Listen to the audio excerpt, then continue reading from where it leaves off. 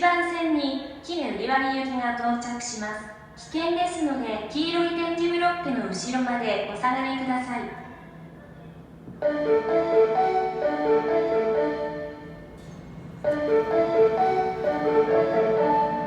線に海口行きが到着します。危険ですので、黄色い点字ブロックの後ろまでお下がりくださ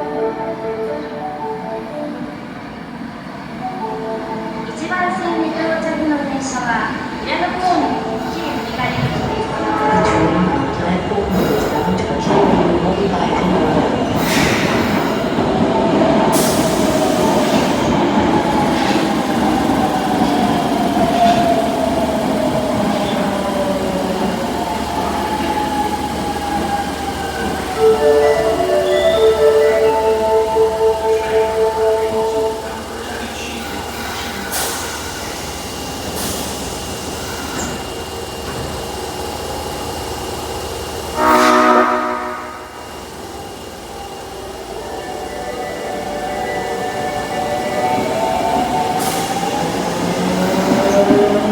す。